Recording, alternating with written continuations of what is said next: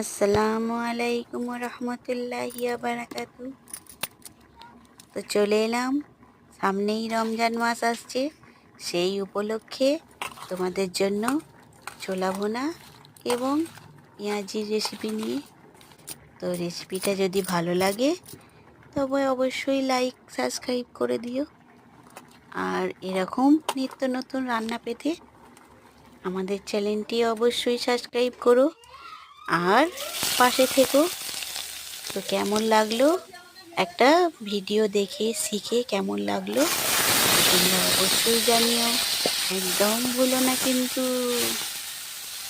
তো সামনেই তো রমজান মাস, সবাই রোজা রাখবে রমজানের। ইনশাল্লাহ আমিও রাখবো, তোমরা সবাই রাখবে।